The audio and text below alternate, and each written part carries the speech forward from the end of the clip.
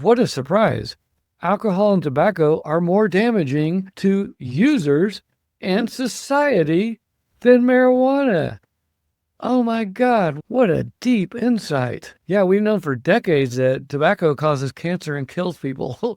And there's no surprise there. And then on the alcohol side, again, kill tens, if not hundreds of thousands of people a year, destroys lives. That's why we have Alcoholics Anonymous. We don't have Marijuana Anonymous because people can actually consume marijuana products and still be super productive. They're not getting in car wrecks. They're not getting in brawls and fights and killing each other with violence like under alcohol. It's a no-brainer. So the bare minimum, cannabis needs to be equal to alcohol. People want it. Yes, we can regulate it away from the kids, put it in a store, like here in Oregon, have an ID, but this kind of stuff is just idiotic.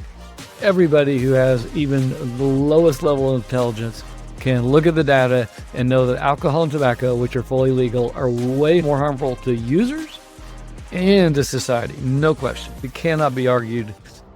Hello, everybody. Another month has rolled on by. March 2026. I've got a lot of news stories. There's a lot of news going on at the state level. There's a lot of news going on at the hemp level. There's stuff around CBD, which is going live under a Medicare program for the first time ever, actually reimbursable by Medicare, which is awesome. And then still waiting on the final rescheduling rule. We'll talk about that a little as well. First one, and this is just a Kentucky Senate proposal to expand THC beverage sales to bars and restaurants. So if you remember, hemp was part of the funding bill. Mitch McConnell threw in kind of one of those extras that basically banned THC hemp starting after the November election, I think in mid-November this year. There is all kinds of things going on the federal and state level around this. It's a $30 billion industry. So my personal opinion is it's not just going to disappear overnight. And it's a $30 billion industry because most Americans actually want these products. And that means those are voters. And so I think the politicians will figure it out. It's the same with cannabis as well.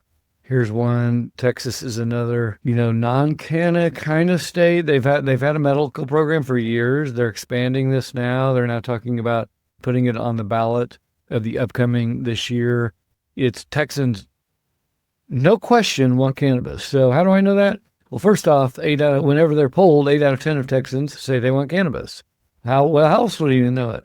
Well, they drive right over the border in New Mexico, Mississippi, Oklahoma to get their weed. And oh, by the way, there's 40,000 locations in Texas where you can get extremely intoxicating THC hemp products. So Texans are getting access to their THC right now, and they're not gonna go with not getting it. So again, I always go back to this entire movement, the last literally 25 years, going back to California, then when Colorado legalized, and then when the next 25 states fully 100% legalized, with Virginia being number 25, and then another 15 or 20 states being medical. This movement swept the U.S. and the globe. It's not going backwards. It's real medicine. The scientists and doctors are now here. The federal government science and doctors have now agreed. The FDA, the HHS department, the president. It's not going away. So that I can tell you for sure. It's only going to grow. And we've seen that every single year, no matter who the politicians are, Democratic, Republican, irrelevant. The movement grows, and it will continue to grow. So for good reason. We tried the opiate experience for decades. Doesn't work. People like me, baby boomers, the majority of Americans, we want real medicine as well. So there's a lot of stuff going in. The Florida group said we had enough signatures to get it on the ballot again this year. The governor in Florida right now, even though the president who's from Florida is very pro-cannabis, the governor is not, and there's a chance that's not going to be on the ballot this year. We're going to see hemp and cannabis have kind of battled each other for many good reasons. If you're a cannabis operator and you see someone next door selling intoxicating hemp THC without 280E, without all those other issues, it's not fair. So if I owned a cannabis store, I would be very angry at hemp and I'd be glad it was going away. I think on both sides, I think the hemp side, they see that we need to work together to move this thing forward. At the end of the day, Consumers want THC. They're consuming massive amounts of THC. That's a chemical. It's a molecule. Doesn't matter if it comes out of the hemp plant or the cannabis plant. It's still THC. It still gets you high. Consumers have proven they want that chemical, period, in all 50 states, and they're getting it in all 50 states. And so the politicians need to catch up to the chemistry side of things, and I think they will at some point. Here's another rule out of Texas. And again, these are, whether we look at state level or federal level, the elections, the last almost this whole century have been really, really close, even going back to that Gore-Bush recount way back when, I think of the first of the century, and the country's very, very divided. And so when you get an issue where the states or the population or the federally, where we're not divided, those are easy votes. And so if you're a politician on either side, you got to be pro-cannabis. You're going to get votes for us. So I think we're going to see these trends continue as well. Now, here's one from Tennessee. So just on federal rescheduling, I'm going to talk a little more about it. We think it's coming pretty quickly. Supposedly the final rule is being written. This, again, is a 4-year process that started with the HHS department and Biden administration. Our medical doctors in the government reviewing it and making a decision. Yes, it belongs in Schedule 3. Cannabis is medicine. Does not belong in Schedule 1 with hardcore criminal drugs that have no medical value. The FDA came in, where we have more scientists and doctors in the federal government. They said, yes, we totally agree. Then the president signed an executive order, said, finish this up to Pam Bondi. Supposedly their final rules being written, and when that drops, cannabis will be Schedule 3. Now, when that happens, it's just going to speed up the state's effort. So you look at a place like Tennessee, which is on this one, once they see this federally legal and the federal government saying rescheduling come in.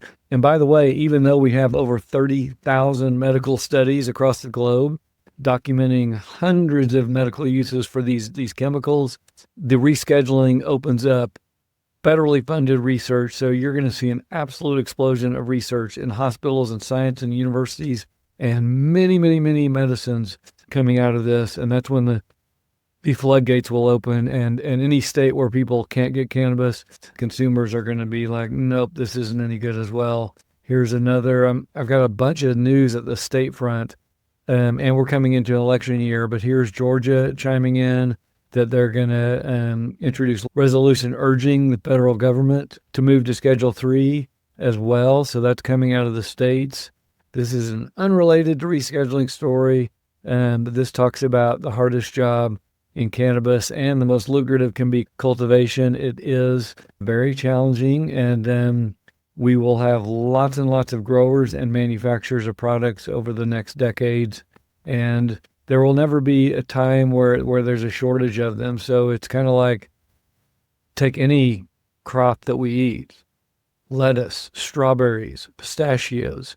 Those are 100-year-old industries. You could today build a really cool local organic strawberry farm and sell your strawberries into the market if they're good and the customer likes them and they have some kind of quality. And so we're going to see there will never be a time you can't open up your own grow. And cannabis is even more unique. A strawberry is a strawberry, but cannabis, we have, hundreds of strains and different genetics and variations and terpenes and all these different varieties that you can make. So it's literally infinite amount of crops you can make, etc.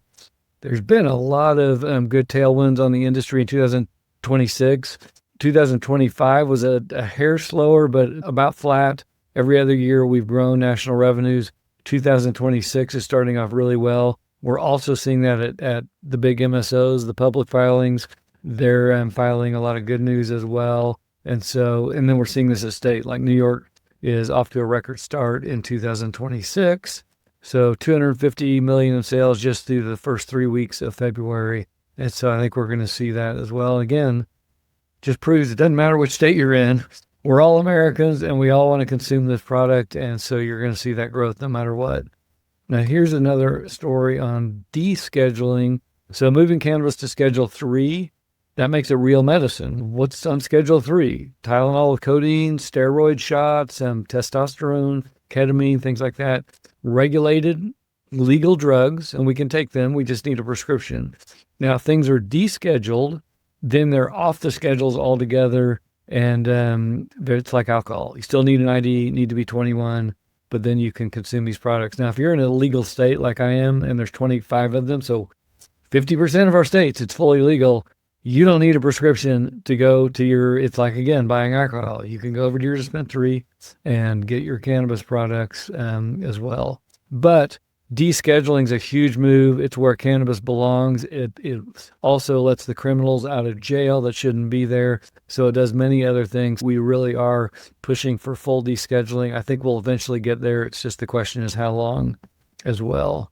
So now this is marijuana businesses can't force court to do imaginary rescheduling review. So they're on top of what's going on federally at rescheduling.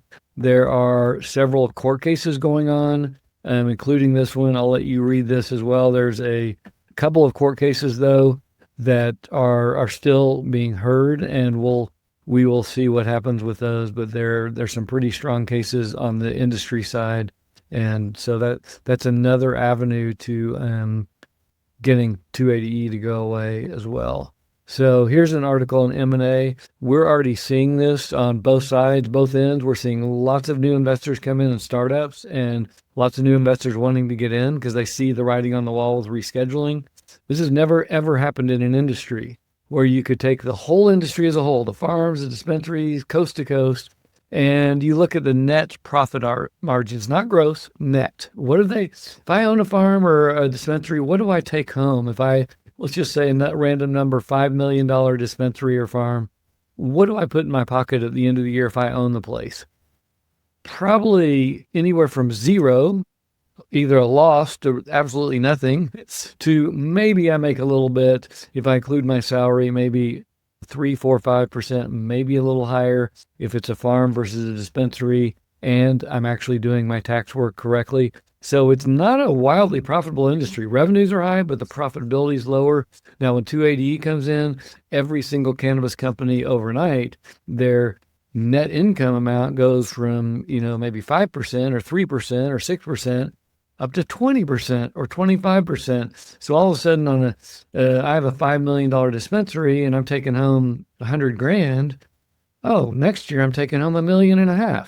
That's sure going to make me happy as an owner and as an investor. It's really, really, really big news. Many people still don't get it, but we're seeing lots of startups. This article's on M&A. We're going to see lots of exits as well. A lot of people have been in the industry for years, and this is their chance to get out at higher valuations. So if you're a CFO or accountant, great chance for us to help both the startups and the people doing their exits build out their perpetual data rooms, make sure they've got permanent audit trails ready, make sure controls are in place and accounting policies, inventory counts, all those things to make sure it's show ready, whether we're selling it to a new investor for a startup or we're selling it to a buyer. It's like selling your house. If it's not pretty inside and out and even in the nuts and bolts of the thing, when you get to the inspection, you sell your house for $1 million and then the inspector comes in and says the foundation's cracked. You're either going to lose your buyer or they're going to say, hey, I'm not giving you $1 million, I'll give you $700,000. So we need to really help these companies get in shape. Most are not anywhere near it, by the way.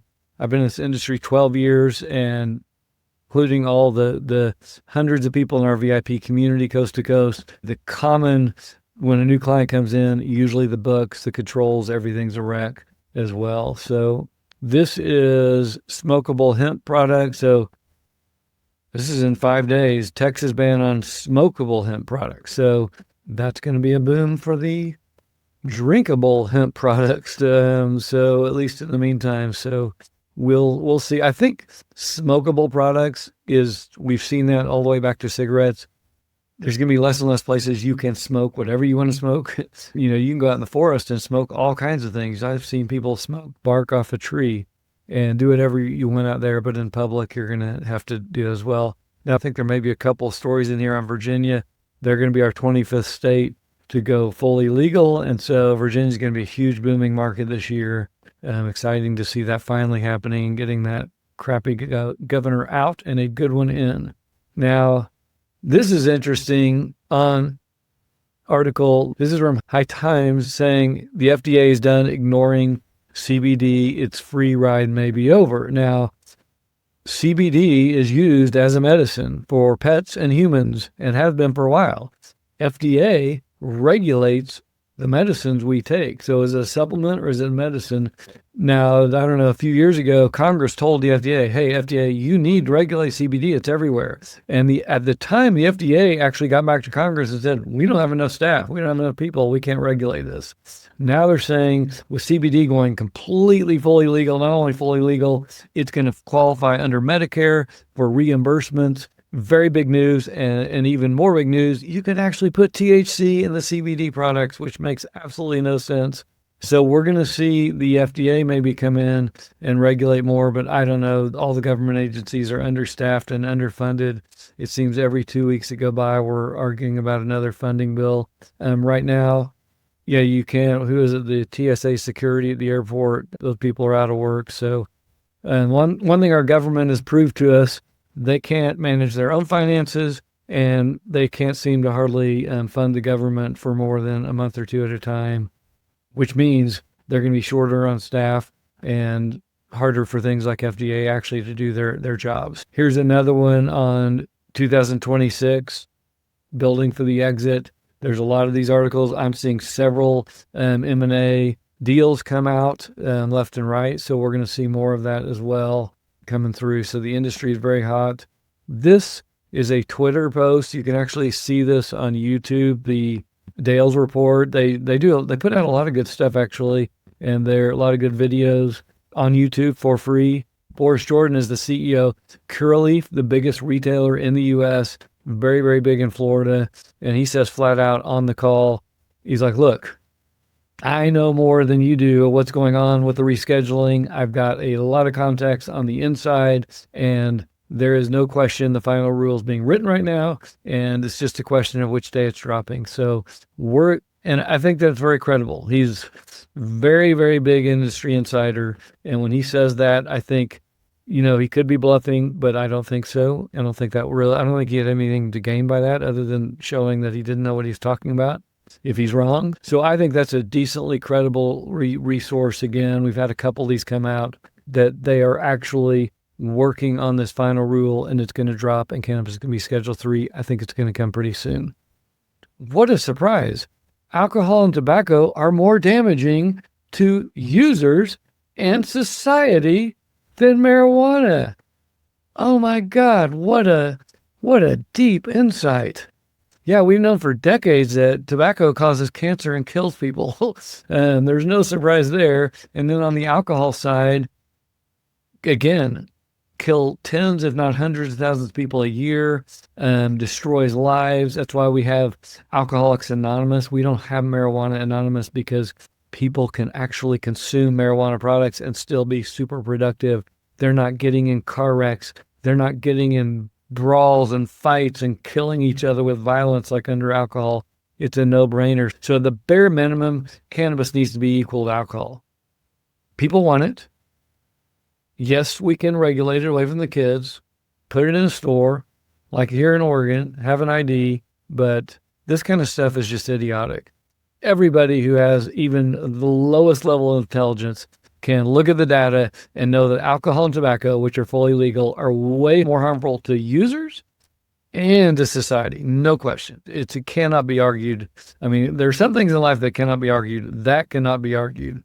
There are a lot of stories this month. More evidence that there's a lot going on in the industry. Super fun industry to serve, by the way, as well. So the CBD health insurance plan is going to allow THC within the product. So they said CBD. So again, CBD is a chemical. So is THC. They said, CBD is legal and you can get reimbursed with Medicare. And then they went over to the doctors to start making that rule and said, you know what? It's actually better to maybe put a little THC in there too. There's a lot of health benefits. And so now they're going to allow that, which also makes no sense if THC is going to be banned from hemp products, which is where you get most of the CBD. So again, our government is mind-boggling sometimes.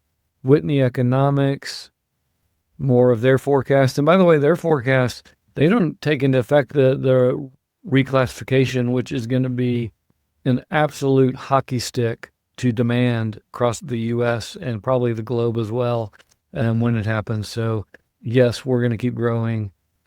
That's a no-brainer. And then finally, one last story about Georgia. They're expanding as well. So we're seeing a lot of expansion. There's several states going to come up for vote this year for full legalization. Pennsylvania, Wisconsin. I think Indiana's got some things. There's a lot going on. But that's all my stories for this month. A lot going on. It's all good. We're growing. We're going to get there. Politicians, wake up. I don't care if you're in federal government, state government, Democrat, Republican, independent. I don't care. Your citizens want these products. They are consuming them in all 50 states right now and every day. So wake up to the fact and legalize this thing. All right. Thanks, everybody, for watching.